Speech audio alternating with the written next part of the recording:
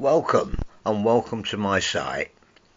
This is part 3 of my series on long lost Oldham pubs, and please don't forget to like and subscribe.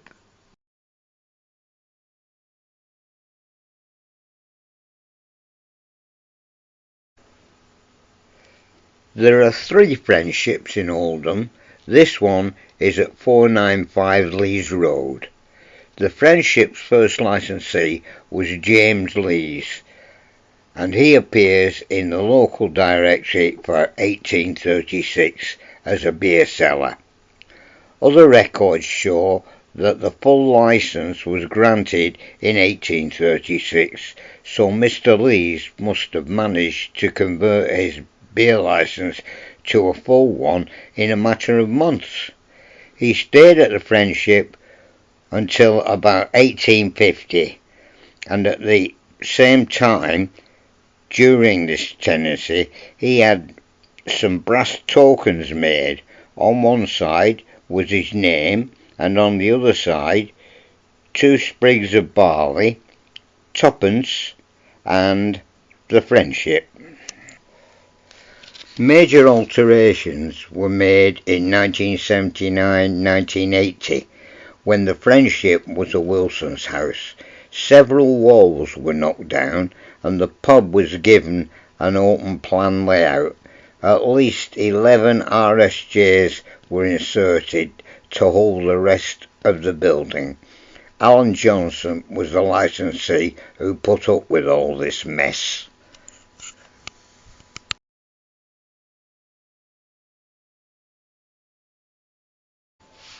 The friendship was first licensed as the Heron Hounds in 1822 when it was kept by John Lees. The 1829 survey records the pub. The address was originally given as Hollingwood, and the Heron Hounds faced Timber Lane, an ancient way which led to Cheriton. In 1920, Wilson's decided to give up the licence and sell the friendship, which by then was an old property which probably needed a lot of attention. It was 3 stories high with railed steps up the entrance, similar to the Heron Hounds on Yorkshire Street. The building was subsequently demolished. A billiard hall was built on the site. The hall was later occupied by Smith and Nephew and Co., and now the property is due to be pulled down. According to Rowbottom, the Oldham diarist, Samuel Fletcher moved to his new alehouse December the 5th, 1795. Licensing records show that this was called the Hat and Beaver, and that Samuel had kept an alehouse of the same name from 1770. In the 1801 he renamed his new pub the Friendship. In 1969 the Friendship was a victim of town centre redevelopment. A compulsory purchase order was served on the building by the council, who had plans for a new bus station at Mumps. The pub was closed in 1969 and demolished in 1971.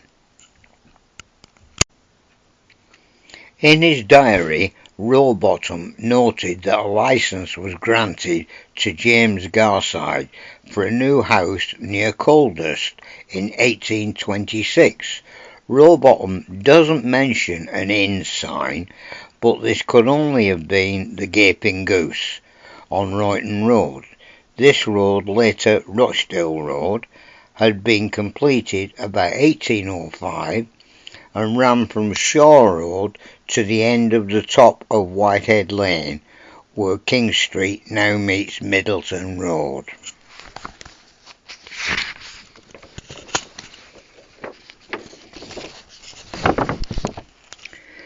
Extensive alterations, the first for years, were made in 1963.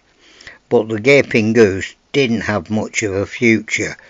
Redevelopment schemes were fashionable, and the local authority was busy acquiring property by issuing compulsory purchase orders. The Gaping Goose closed on the 19th of December 1977.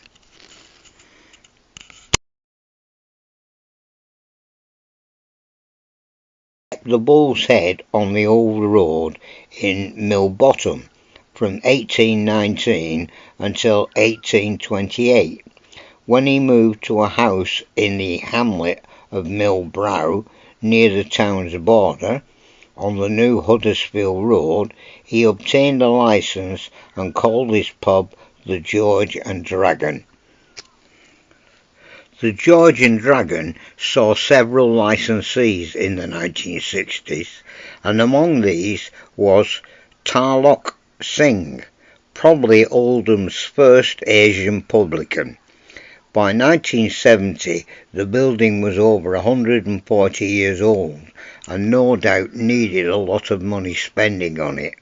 The end came on the 22nd of March 1973, when time was called for the last time and Robinsons took the licence into suspension.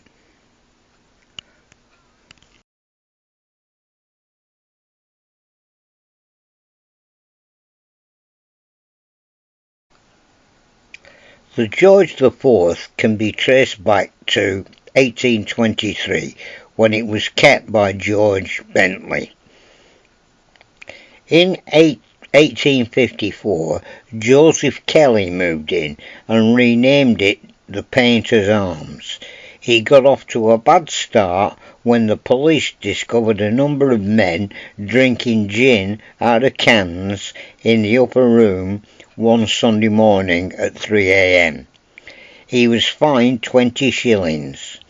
The police didn't like Joseph, and the following year, when a hawker from Saddleworth, Robert Shaw, was found dead in bed at the pub, this may have been the last straw. The verdict was accidental death, but Joseph was refused a licence at the 1856 Brewster Sessions.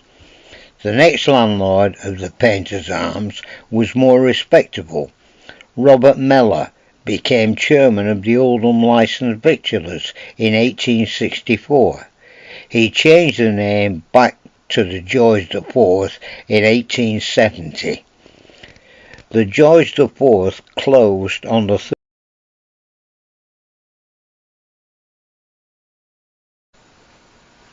The George Inn was originally called the George and Dragon, and was kept by John Wood, a cotton manufacturer of Horseheads, from 1789 to 1798. In the latter years he took over at the Angel Inn. The George and Dragon stood on the corner of High Street and Clegg Street. In the closing years of the 18th century, it was famous for its public debates. A typical subject was, is suicide or duelling the more criminal? A question which was discussed in 1791. There were several changes of tenant over the next 20 years. Times were hard, and perhaps there was too much competition nearby. The George struggled on and finally closed on the 1st of September 1914. The pub was demolished and shops were built in its place. The 50-shilling tailor were there in the 1940s, and the site is currently occupied by a building society. 30th of June 1926, and the site became part of the market ground.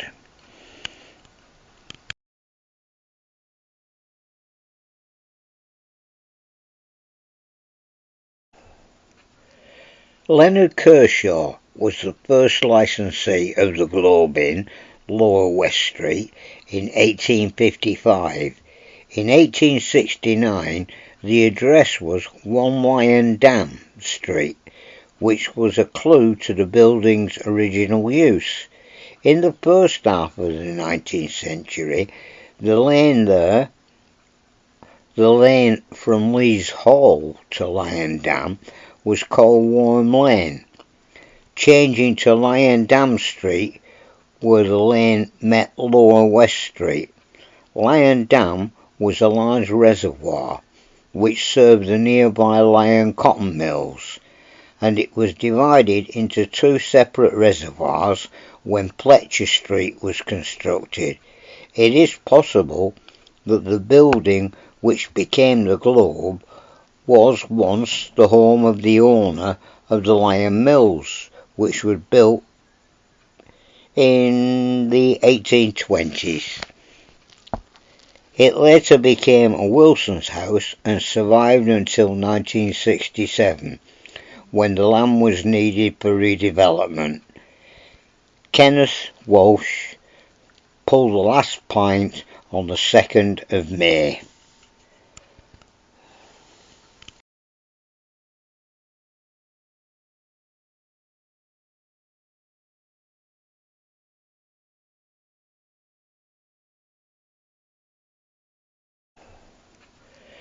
Leonard Kershaw was the first licensee of the Globe in Lower West Street in 1855. In 1869 the address was 1 Lion Dam Street, which was a clue to the building's original use. In the first half of the 19th century, the lane from Lees Hall to Lion Dam was called Warm Lane, changing to Lion Dam Street where the lane met Lower West Street. Lion Dam was a large reservoir which served the nearby Lion cotton mills, and it was divided into two separate reservoirs when Fletcher Street was constructed. It is possible that the building which became the Globe was once the home of the owner of the Lion Mills, which was built in the 1820s. It later became a Wilson's house and survived until 1967, when the land was needed for redevelopment. Kenneth Walsh pulled the last pint on the 2nd of May.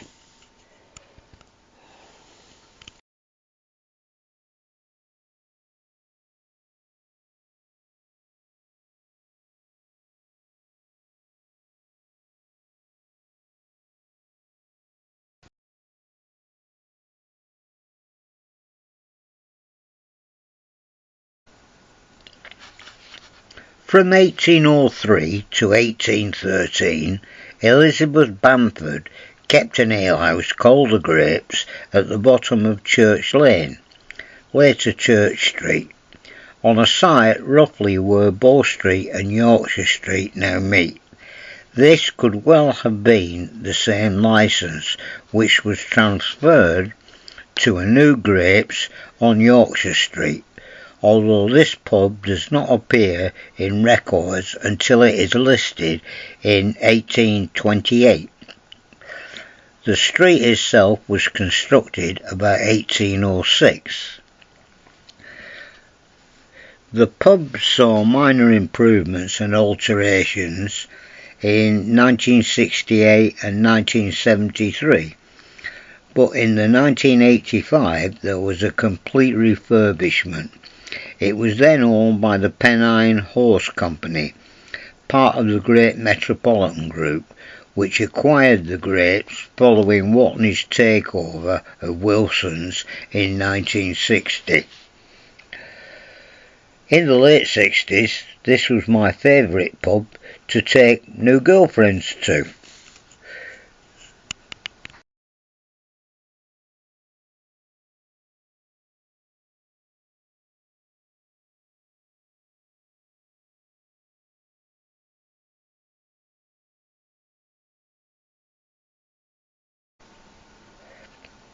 The first recorded inn here was the Blue Ball. It stood on land belonging to Edward Greaves and was kept by Robert Newton from 1744 to 1759. James Newton succeeded his father and preferred the name the Old Church Inn. William Wright, whose father kept the Heron Hounds on the other side of Yorkshire Street, took over in 1804, and the inn was probably rebuilt at this time. The sign was changed to Nelson's Ball in recognition of the Admiral's success in the wars with the French. Bill Reel was a staunch supporter of the Oddfellow Friendly Society. When he died in 1818, many members attended his funeral. The inn was sometimes listed as just the Ball, but in 1826 there was a complete change of name and it became the Greaves Arms. In 1868, police told the licensing magistrates that the Greaves Arms was full of thieves and prostitutes, and the landlord, Charles Meadowcroft, was doing nothing about it. A similar complaint was made the following year, when Mr. Meadowcroft also had 2 convictions for allowing out-of-time drinking. Remarkably, he was still running the pub in 1875. Oldham Brewery bought the Greaves Arms from John Greaves of Turton in 1891, and 3 years later it was described as a good class of house. The Greaves Arms saw extensive alterations in 1966 and again in 1973. In 1984 there was another major refit and the new look Greaves. It lost its arms in the remodelling, reopening complete with 2 doormen after some minor changes in 1992. The word arms was restored.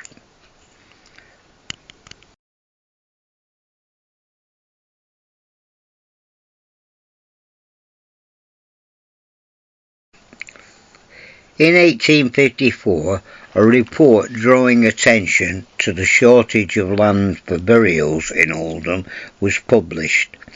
The following year, a burial board had been formed and a sum of money was set aside for the purchase of land for cemeteries at Chadderton and at Greenacres Hill. When a cemetery opens, spirits usually follow, the bottle type, of course, and Thomas Morley was granted a licence for his house on Greenacres Moor about 1855 as a beer house, but by 1861 it was the Cemetery Inn, kept by the aforesaid Mr. Morley.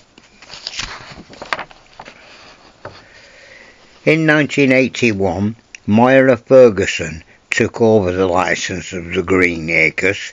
She moved to the Crown Sump Hall in Chadderton in 1984, and her sister Tanya has been in charge at the Greenacres since then. Today the pub is owned by a subsidiary of Grand Metropolitan.